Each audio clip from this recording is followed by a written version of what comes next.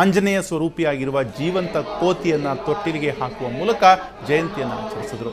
ಹುಟ್ಟಿ ಕೇವಲ 9 ದಿನಗಳಾಗಿರುವ ಈ ಮುದ್ದಾದ ಕೋತಿಗೆ ಕೇಸರಿ ಬಟ್ಟೆಯನ್ನು ಹಾಕಲಾಗಿತ್ತು.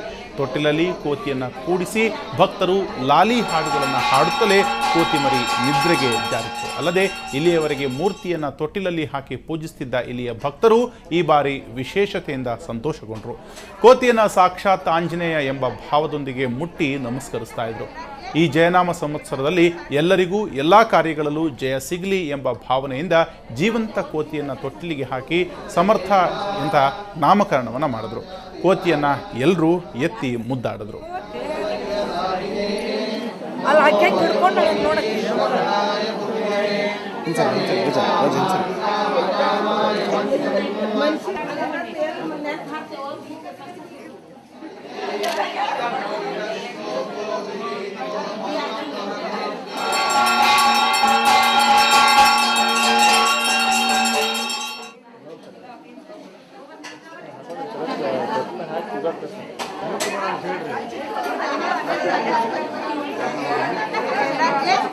ಶ್ರೀನಿವಾಸ